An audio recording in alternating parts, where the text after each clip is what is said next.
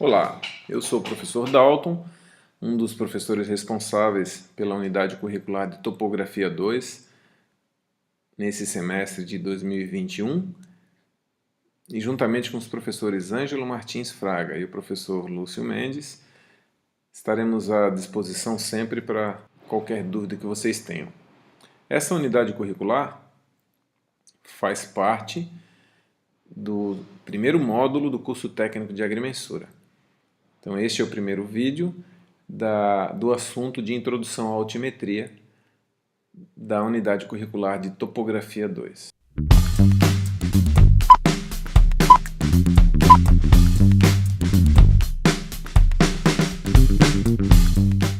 O nosso vídeo está dividido em alguns assuntos. O primeiro deles será a altimetria, a introdução aos conceitos iniciais. Logo em seguida, trataremos sobre o conceito de datum vertical. Então, falaremos sobre o que é a altitude, o que é a cota. Vamos falar do conceito de desnível e, por fim, tratar das referências altimétricas. Então, tratando sobre a altimetria, nada mais é do que a parte da topografia que se preocupa, com o estudo e a representação do relevo do solo e de que maneira eles podem ser representados. Então, consiste principalmente em estudar e representar o relevo do solo através da determinação de alturas de pontos característicos que definem essa altimetria, em relação a uma superfície de nível que serve de elemento de comparação. Então, nós temos a importância na altimetria da determinação do desnível entre pontos, ou seja, a diferença, a distância vertical entre dois pontos, baseada em métodos que possam permitir o cálculo do desnível.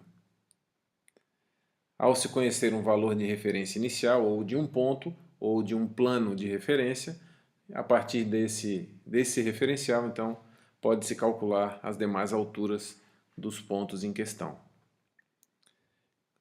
Na altimetria é importante entendermos a definição do que é o datum vertical. Então, o datum vertical nada mais é do que uma superfície de nível utilizada como referenciamento. É uma referência. Poderíamos dizer que seria o zero do sistema oficial. Então, para medições altimétricas, a coordenada zero da altimetria. Na prática, essa determinação do datum vertical envolve a utilização do marégrafo ou de uma rede de marégrafos, que são equipamentos capazes de medir ao longo do tempo a variação das marés e, com isso, se calcular um nível médio dos mares, e se fala também dos mares não revoltos, do mar calmo, então. Então, o nível médio dos mares seria o datum vertical. Como se calcula e como se determina esse datum vertical?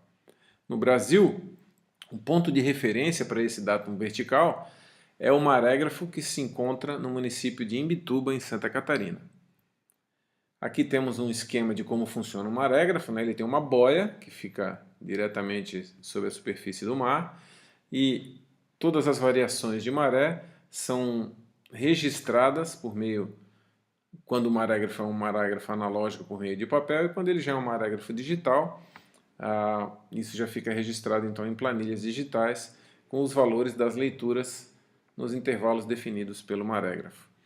E o datum de Imbituba, então, que é o datum oficial do Brasil, foi definido a partir de observações do nível médio dos mares, do mar aqui, do Brasil, realizadas entre os anos de 1949 e 1957 no município de Imbituba, e esse marégrafo foi instalado então encontra-se até hoje nas instalações do porto de Imbituba. Então, por meio dessas leituras de 1949 até 1957, é que então se definiu o nível médio dos mares, e então a partir disso materializou-se pontos, que nós já vamos ver logo em seguida, que são as referências de nível, e se calculou então a altitude desses pontos, ou seja, a distância vertical do ponto em relação ao nível médio dos mares, definido então pelo marégrafo de Imbituba. Aqui nós temos o marégrafo analógico, que funcionou até 1998. O professor Ângelo, numa das visitas que nós fizemos, registrou por meio de fotos. Então ali na imagem da esquerda nós temos a boia do marégrafo e o sistema que transfere para essa agulha na imagem da direita e que registra então toda a variação da maré, da altura, né, do nível médio no nível do mar, para posteriormente calcular o nível médio, né, por meio de fórmulas matemáticas definidas para isso. Então esse é o marégrafo analógico. A partir de 1998, então, foi instalado um marégrafo digital em Imbituba. Então aqui temos imagens, claro, agora já diversos sensores, e tudo isso é registrado por meio de um software. Então as leituras não são mais registradas num papel, mas sim por meio já de arquivos digitais, e os cálculos são feitos a partir daí. Então esses marégrafos hoje existem vários ao longo da costa brasileira, né? E o Instituto Brasileiro de Geografia e Estatística gerencia tudo isso juntamente com outros órgãos governamentais para diversos estudos com relação ao nível médio dos mares. Então o nosso datum vertical no Brasil foi definido pelo IBGE a partir desse marégrafo de Imbituba, conforme já foi apresentado. Vamos então para o conceito de altitude. A altitude nada mais é do que a distância vertical de um ponto até o nível médio dos mares.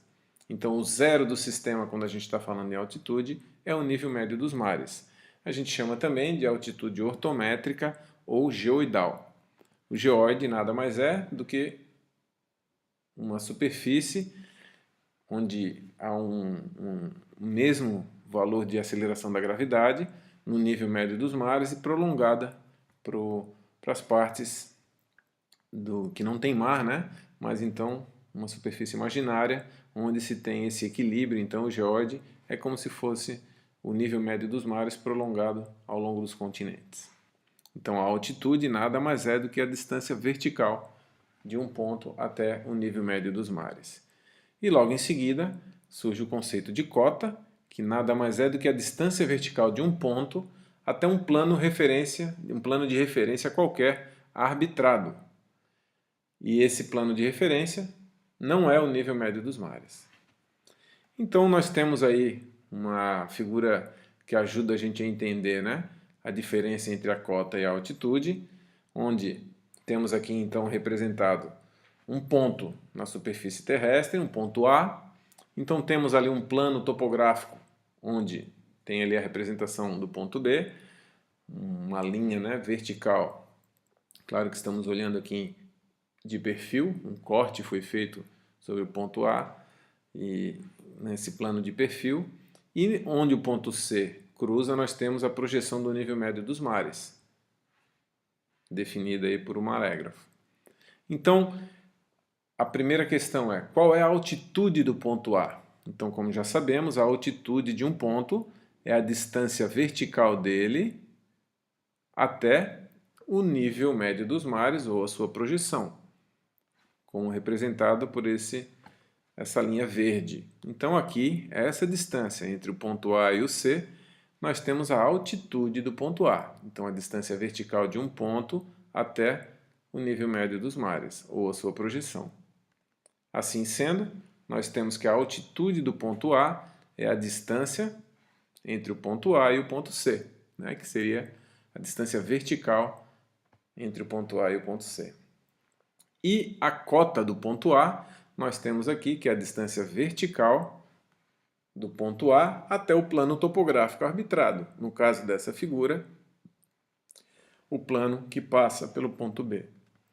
Então aqui nós temos a cota do ponto A, que é o quê? A distância vertical do ponto A até o ponto B, que representa o plano topográfico arbitrado. E com isso fica mais fácil de nós entendermos que um ponto ele pode ter a sua altitude, e tem a sua altitude, um ponto qualquer na superfície terrestre, que é a distância vertical dele até o nível médio dos mares, mas também ele pode ter uma cota diferente da sua altitude. Por quê? Porque o zero do sistema de cota é um plano topográfico qualquer arbitrado, como representado aqui. Surge também a necessidade do entendimento do conceito de desnível. Então, o que é um desnível? Desnível nada mais é do que a distância vertical que separa dois pontos topográficos. Esse desnível pode ser essa distância, né? O desnível pode ser positivo ou negativo. Para representar, então, esse entendimento e a teoria do desnível, nós temos aqui uma parte da superfície topográfica, né, onde a gente vive, onde a gente caminha, onde a gente faz as medições. Então temos um ponto A com cota de 10 metros, então em relação a um plano que está abaixo de 10 metros do ponto A, ele tem a sua distância vertical de 10 metros. Temos um ponto B, numa posição mais acima quando comparado ao ponto A, então o ponto B tem ali uma cota de 12 metros. E temos também aqui representado um ponto C, um ponto com cota de 9 metros. Como eu faço para determinar o desnível entre os pontos A, B e C? No nosso caso, nós vamos tomar como referência o ponto A. Então, o nosso ponto A definiu um plano de referência. E queremos saber o desnível do ponto B em relação ao ponto A, ou seja, a distância vertical do ponto B ao ponto A. Como é que nós fazemos? Cota do ponto B menos a cota do ponto A. Então, 12 metros, que é a cota do ponto B, subtrair dos 10 metros, que é a cota do ponto A. Então, temos como resultante um desnível de B para A, desnível entre o ponto B em relação ao ponto A de 2 metros. Então, um desnível positivo, ou seja, o ponto B está num ponto mais elevado, está mais elevado do que o ponto A, comparando-se ao ponto A. Já no caso do ponto C, queremos também determinar o desnível dele em relação ao ponto A. Então, cota do ponto A menos a cota do ponto B, que nos leva ao resultado de cota do ponto C diminuído da cota do ponto A. Então, o desnível entre o ponto C e o ponto A é a cota do ponto C, que é 9 metros, menos os 10 metros da cota do ponto A, ou seja, resulta num desnível entre do ponto C e o ponto A de 1 metro negativo, ou seja, o desnível pode ser negativo. Quando o desnível é negativo, ele está me dizendo o quê? Que o ponto que eu estou comparando com o meu ponto de referência, no caso, o meu ponto C, que eu estou comparando com o ponto A, o ponto C está abaixo, né, na vertical, em relação ao ponto A. Com isso, fica claro a definição do desnível. Passando para o assunto das referências altimétricas. As referências altimétricas nada mais são do que pontos que dão origem, né, ao levantamento altimétrico de uma superfície qualquer. São pontos que a gente utiliza como pontos de partida. E suas alturas são referidas ou a uma superfície arbitrária, no caso, se for assim, teremos então cotas de todos os pontos trabalhados, ou se a nossa referência for o nível médio dos mares, nós teremos então as altitudes, né, ortométricas ou geoidais em relação ao geóide, ao nível médio dos mares, prolongado para o continente. Os dois tipos principais de referências altimétricas que nós temos são as referências de nível. Então, uma referência de nível, a gente utiliza aí a abreviação de RN, e também os pontos de segurança, que utilizamos a abreviação de PS. Vamos falar um pouquinho inicialmente, então, das referências de nível.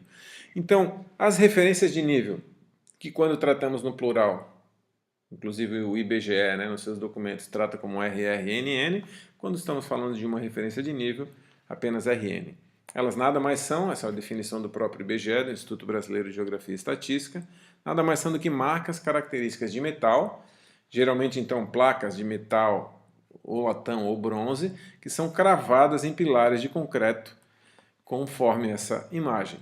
E esses pilares, geralmente essas referências de nível, são erguidas nos extremos de seções de nivelamento ou em pontos notáveis ao longo de percursos de linhas geodésicas. Então, geralmente a gente encontra as RNs em obras de arte, ou seja, perto, né, ou mesmo nas pontes, nos viadutos, ou em monumentos, em estações ferroviárias, em rodoviárias. Muitas igrejas católicas da época também, muitas RNs eram materializadas na propriedade, porque eram locais onde a probabilidade de esses pontos, essas referências serem mantidas era maior. Então aqui temos um exemplo de uma RN, né, materializada aí cravada num pilar de concreto, e aqui o que uma chapa metálica ali, nesse caso de latão, e os escritos, geralmente IBGE, informando que é protegido por lei, ali uma RN, um triângulo com um ponto que é exatamente onde se deve fazer a medição, e o nome da referência de nível, nesse caso 253D. Tem um outro exemplo interessante de RNs mais antigas do que essas, que é o caso de uma RN, RN mais perto, a referência de nível mais perto que nós temos aqui do nosso campus Florianópolis, é essa referência de nível chamada de RN 9303V, que fica no monumento Hercílio Luz, na cabeceira aqui da ilha da Ponte Hercílio Luz, que foi reformada recentemente. E vejam que essa RN ela é diferente, ela é do tamanho de uma moeda, um pouquinho maior que uma moeda, conforme mostra a última figura aqui ao lado direito.